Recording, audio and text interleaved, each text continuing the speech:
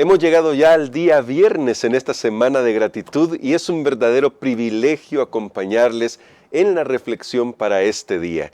Sin duda alguna, Dios nos ha bendecido con cada uno de los temas que han sido presentados por nuestros pastores y hermanos hasta este momento y queremos que durante esta semana nuestra vida sea muy bendecida y creemos que así ha sido. Por eso, en este día tengo el privilegio de compartir con ustedes el tema El Dios de lo imposible. Y antes de iniciar con nuestra reflexión, quiero invitarles para que hagamos una oración. Bondadoso Padre, te damos muchas gracias por todo lo bueno que tú eres con nosotros. Queremos pedirte que por favor constantemente ilumines nuestras mentes, nuestros corazones para vivir en la atmósfera de la gratitud. Te lo pedimos en el nombre de Cristo Jesús. Amén. Estoy seguro que usted cree que Dios es el Dios de lo imposible, ¿sí o no? Pero si en alguna ocasión ha tenido alguna duda, déjeme contarle una historia que sucedió cuando todavía existía la Unión Soviética y la KGB, que era un comité ordenado para mantener el orden del Estado, y era la policía secreta, no tan secreta básicamente, de la Unión Soviética, todavía funcionaba de manera muy, muy fuerte. Para ese tiempo, ahí en la Unión Soviética, el pastor Sergei Petrovich recibió información confidencial de que en un lugar secreto, porque la KGB no permitía que se hicieran reuniones abiertamente, en un lugar secreto se iba a realizar una reunión importante donde se elegiría al presidente de la Asociación de los Adventistas en esa zona. El pastor Petrovich hizo todas las provisiones necesarias para llegar a el lugar, de manera que nadie se diera cuenta, porque era complicado estar asistiendo a este tipo de reuniones. Pensó que nadie lo había seguido, no sabía que en realidad la KGB había estado tras de sus pasos. El día siguiente de esa reunión, la KGB tocó la puerta y lo llevaron prisionero. Lo presionaron para que confesara quiénes habían estado ahí. Lo torturaron con una manguera de goma para que dijera los nombres de las personas que habían estado en esa reunión. Él se negó rotundamente a dar nombres, a dar información confidencial, porque no quería meter en problemas a los demás ministros del Señor. Y entonces fue llevado a una prisión de máxima seguridad, donde el oficial lo recibió de una manera despectiva, totalmente despectiva. Le dijo: bienvenido a tu nuevo hospedaje. Aquí no te vamos a dar ni comida, vamos a ver si tu Dios te alimenta. Veremos si Él puede hacer algo por ti. Vas a tener suficiente tiempo para estar hablando con Él, así que aquí está tu celda. Y lo metieron a una celda en un lugar muy apartado dentro de la prisión. Cuando estuvo en la celda, el pastor Petrovich solamente expresó ese pasaje que es tan lindo que dice: mi Dios pues suplirá todo lo que os falte. Con eso se quedó en la noche, oró con ese pedido en mente y al día siguiente, en la mañana, escuchó un ruido en una ventana un poco alejada en su propio cuarto, en su propia celda. Entonces él, como pudo, se acercó hacia la ventana y encontró un pan. Encontró un pan. Dios había respondido a su oración. Primero se sobresaltó un poco porque estaba muy agradecido con Dios y pensó: tengo que guardar algo de este pan para mostrárselo al oficial.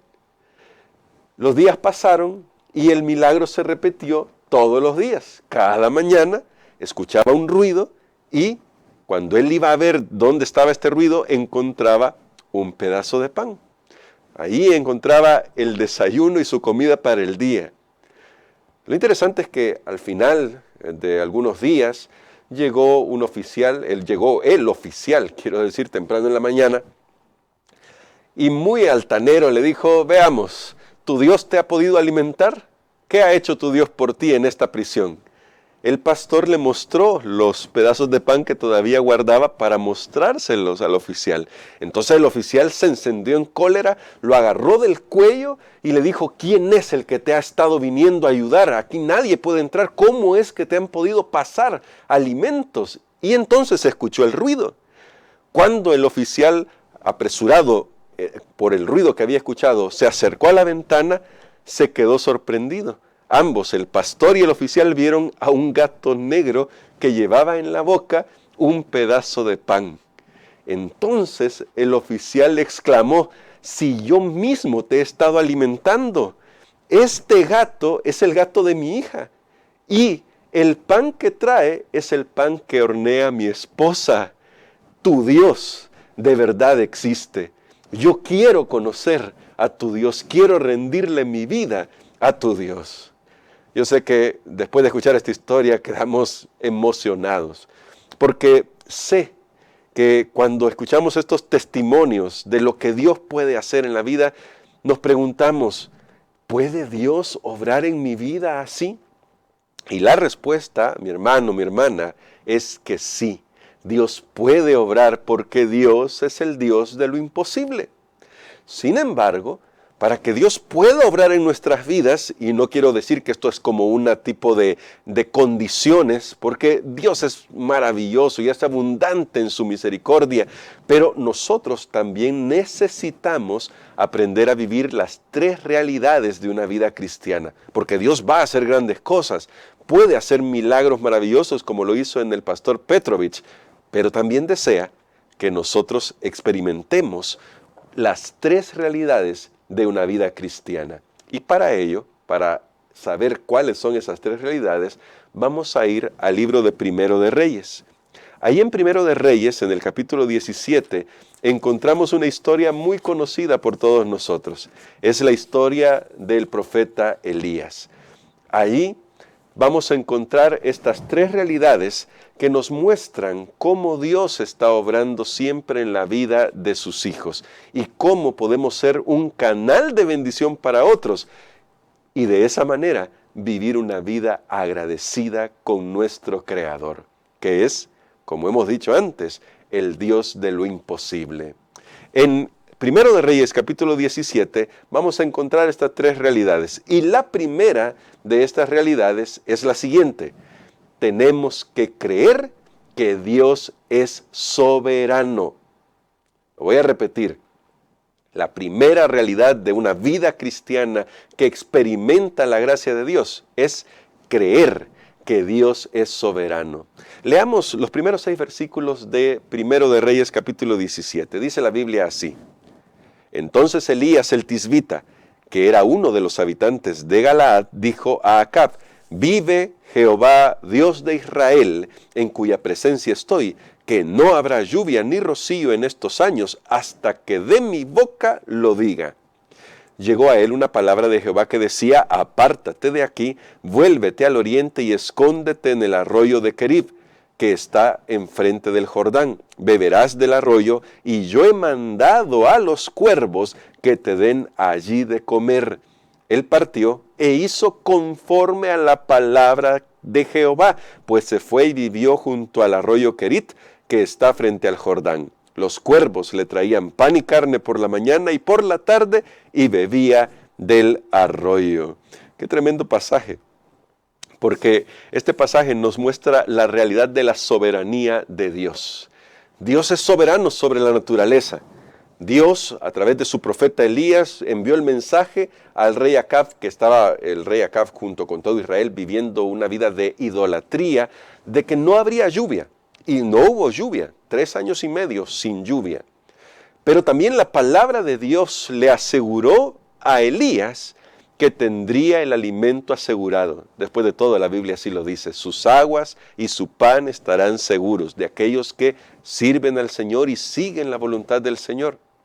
Ahora, creer la realidad de la soberanía de Dios implica que Elías estaba dispuesto a aceptar que aunque él no supiera cómo, Dios iba a proveer. ¿Y cómo proveyó? Proveyó a través de los cuervos. Algunos estudiosos bíblicos dicen que la palabra cuervo en hebreo puede referirse en este texto justamente a los animales, a los pájaros, cuervos, pero algunos otros han dicho que esta palabra, la palabra hebrea para cuervo, tiene una deformación que podría indicar a beduinos. Los beduinos eran los nómadas que rondaban por estas zonas y que eran muy conocidos por su hospitalidad. Yo soy del pensar que puede haber sido, en un juego de palabras que está usando la Biblia, ambas cosas.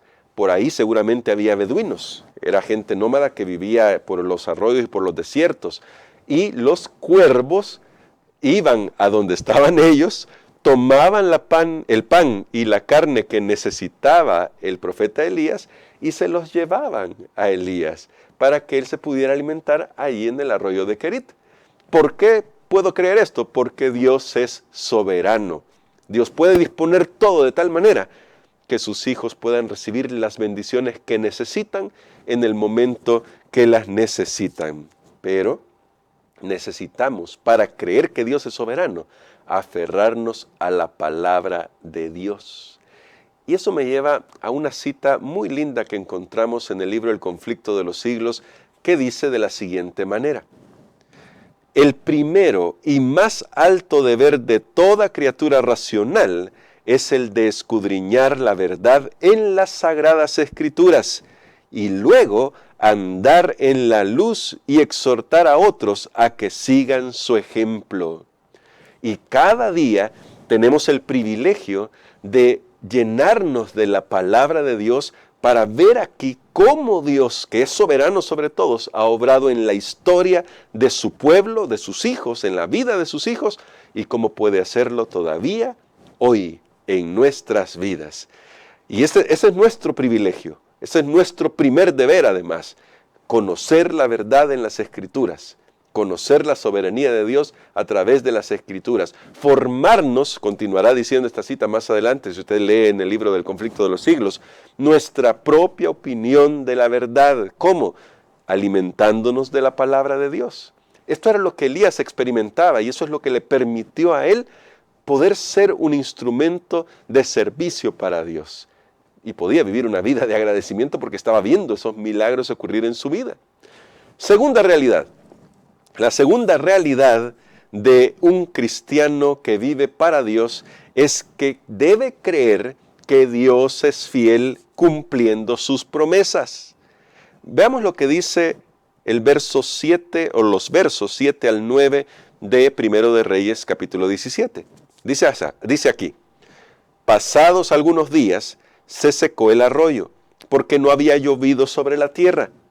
Luego llegó a Elías una palabra de Jehová que decía: levántate, vete a Sarepta de Sidón y vive allí. Ahí le he dado orden a una mujer viuda que te sustente. Y entonces dice el verso 10, él se levantó y se fue a Sarepta. Pero hoy vamos a llegar a ese verso. Noten la segunda realidad. La segunda realidad es creer que Dios es fiel cumpliendo sus promesas. Y es tan fiel Dios que puede hacer cosas que a nosotros nos parecen sumamente extrañas. Y le voy a decir por qué. En Israel, esto lo dirá el Señor Jesús más adelante, parece que no había una persona que podría haber ayudado a Elías. Parece que en Israel no se encontraba esa persona que pudiera haberle dado sustento a Elías. Entonces Dios hace algo y dice: mira, Elías, aquí está mi palabra. Recuerda que yo soy soberano. Esa es la primera realidad. Así que confía en mis promesas. En la segunda realidad, te voy a enviar a Sarepta. Y dice la Biblia que es Sarepta de Sidón. ¿Saben qué es lo curioso de esto? Que Dios envió a Elías al país de donde venía Jezabel, la mujer por la cual el pueblo de Israel estaba viviendo en una apostasía terrible. Claro, en complicidad con el esposo, que era el rey Acab. Pero lo envía a Sarepta de Sidón, ahí donde está el centro de operaciones de la idolatría, de donde venía Jezabel. Y Dios dice: allí hay alguien que tiene fe. Allí hay alguien que con la luz que tiene me conoce a mí y ella te va a sustentar. Yo voy a hacer la obra para que ella te sustente. Y saben que esto es impresionante porque esto refiere al hecho de que Dios va a obrar de maneras que tal vez nosotros ni siquiera imaginamos, nos va a enviar a lugares que ni siquiera imaginamos, va a hacer cosas que ni siquiera imaginamos, pero la única manera, y quiero que lo tenga muy presente esto, la única manera de poder ver la mano de Dios obrando es obedeciendo su palabra, creyendo en su soberanía y experimentando lo que significa vivir de acuerdo a la palabra de Dios. Quiero compartir esta cita que aparece en el libro El Camino a Cristo, porque esta cita nos habla justamente de lo que Elías estaba experimentando. La realidad de Dios solo puede ser conocida por aquellos que están dispuestos a experimentarla. Y la cita dice así: hay una evidencia que está al alcance de todos, del más educado y del más ignorante, la evidencia de la experiencia. Dios nos invita a probar por nosotros mismos la realidad de su palabra. Elías tuvo que tomar esta decisión de probar por sí mismo la realidad de su palabra. ¿Y por qué pudo tomar esa decisión? Porque confiaba que Dios es fiel a sus promesas. Seguramente recordó lo que había escrito Moisés algunos siglos antes. Dios no es hombre para que mienta, ni hijo de hombre para que se arrepienta. Hay una versión que dice: Dios no hace como los seres humanos, Dios no miente. Y es así. Una vez que Dios ha empeñado su palabra y nos ha dado una promesa, Dios la va a cumplir. Y usted puede creer en eso. Por eso qué maravilloso es saber que la Biblia está llena de promesas. Hay una promesa para cada una de nuestras necesidades. Hay una promesa de Dios para cada una de nuestras circunstancias. Si usted quiere ser fortalecido en la fe, crea que el Señor cumple sus promesas, porque Él no es hijo de hombre para que mienta y no se arrepiente de lo que ha dicho. Su palabra es fiel. Así que esto nos lleva a la tercera realidad.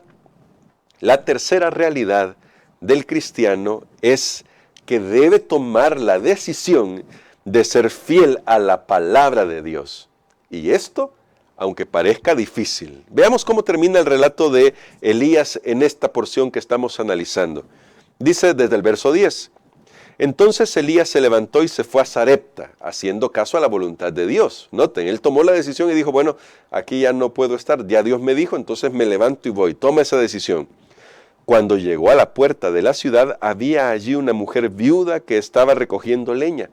Elías la llamó y le dijo: te ruego que me traigas un poco de agua en un vaso para que beba. Cuando ella iba a traérsela, él la volvió a llamar y le dijo: te ruego que me traigas también un bocado de pan en tus manos. Ella respondió: vive Jehová tu Dios, que no tengo pan cocido. Solamente tengo un puñado de harina en la tinaja y un poco de aceite en una vasija. Ahora recogía 2 leños para entrar y prepararlo para mí y para mi hijo.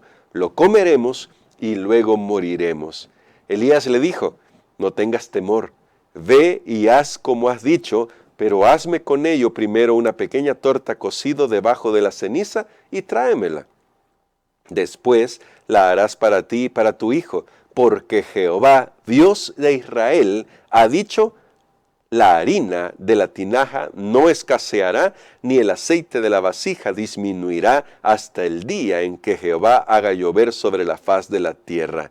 Y ahora el verso 15, la viuda fue e hizo como le había dicho Elías, y comieron él, ella y su casa durante muchos días. No escaseó la harina de la tinaja, ni el aceite de la vasija menguó, conforme a la palabra que Jehová había dicho por medio de Elías.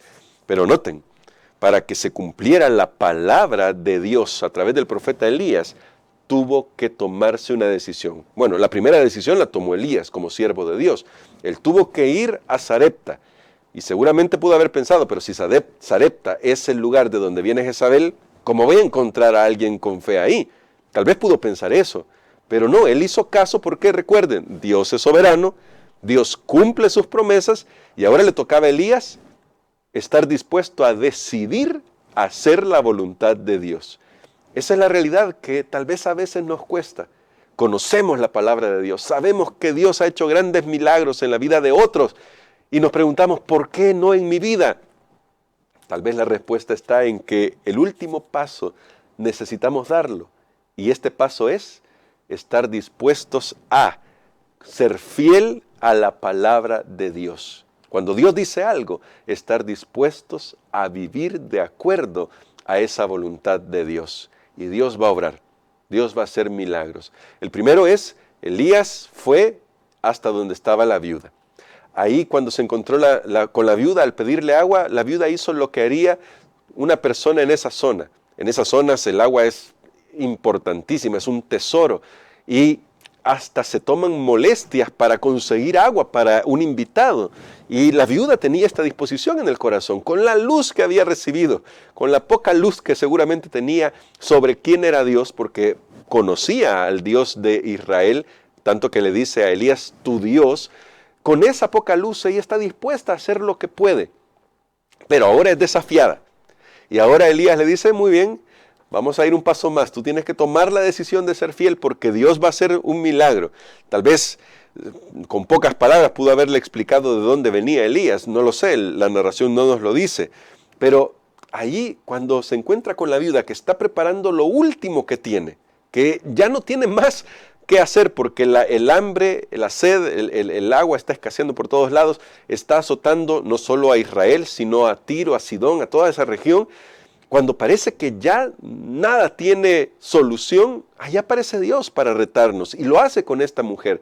Y le dice, ve y haz pan, dame a mí primero, le dice el profeta, y Dios ha dicho que no faltará la harina, el agua y el aceite. No faltará. Cualquiera en esa situación podría haber dicho, si solo me queda para un bocado de pan, y yo se lo entrego a este hombre que ni conozco, ahí sí que yo ya voy a estar arruinada por completo. Ni le voy a poder dar a mi hijo su última comida y nos vamos a quedar en la ruina total. Pero la mujer, con la poca luz que tenía, decidió hacer lo que este hombre de Dios le dijo. ¿Y cuál fue el resultado? El texto del verso 16 lo dice, la harina, el aceite y el agua no faltaron para ella, para el profeta y para su casa. Es decir, las bendiciones de Dios son abundantes. Recuerde, en los momentos en los que todo parece perdido y sin ninguna esperanza, Dios viene a nosotros y nos revela su palabra y su propósito para nosotros. Solo espera que nosotros estemos dispuestos a ser fieles a esa revelación de su palabra que Él nos ha hecho, porque Él tiene grandes propósitos para nosotros y Él quiere hacer grandes cosas en nuestras vidas. Y así lo hizo con Elías, lo hizo con esta viuda que fue desafiada a creer que Dios es soberano, a creer que Dios cumple sus promesas y a comprometerse con la palabra de Dios. Y ahora, esa es la invitación que este servidor quiere hacer a todos los que están escuchando esta transmisión o viéndola en nuestros canales, para que cada uno de nosotros tomemos la decisión de ser fieles a Dios, recordando estas realidades espirituales. Número 1, Dios es soberano. Dios es el Rey del universo y es nuestro Padre. Número 2, Dios cumple sus promesas. Siempre lo ha hecho, siempre lo hará. Y número 3, solo espera que nosotros estemos dispuestos a vivir de acuerdo a su voluntad. Eso hará que tengamos una vida de gratitud. Si usted experimenta la presencia de Dios en su vida, no quedará otra cosa en nuestro corazón que ser agradecidos con Dios. Y como personas agradecidas, daremos todo lo que Dios nos pida en nuestra vida, con nuestros talentos, con nuestros recursos, con nuestro tiempo, porque sabemos todo lo que Dios puede hacer. Así que yo quiero hacerle esta pregunta final. ¿Cree usted que Dios puede hacer milagros en su vida? Hoy es el momento de experimentar la presencia de Dios. Vamos a orar, agradeciendo al Señor por su palabra y porque hoy nos ha invitado a creer en Él, a confiar en Él, a ser fieles a su revelación y propósitos para cada uno de nosotros. Querido Padre, gracias te damos por tus misericordias. Necesitamos de tu presencia constantemente para poder vivir estas realidades de la vida de un hijo tuyo, de una hija tuya. Padre, queremos vivir para ti. Creemos en tu soberanía, por eso te rendimos todo nuestro ser. Creemos en tu palabra, en tus promesas, por eso hoy te rogamos, ayúdanos a crecer en la fe. Y queremos, oh Dios, serte fieles en la revelación de tu palabra que nos has dado. Guarda a cada uno de tus hijos que está escuchando este mensaje. Bendice sus vidas. Hay pruebas que seguramente están enfrentando. Hoy muéstrales que, aunque parece difícil la situación, tú los estás desafiando a dar ese paso de fe, de confiar en tus promesas y avanzar en esta vida. Porque cuando damos ese paso de fe, tú te encargas de abrir el camino que necesitamos. Gracias por todo.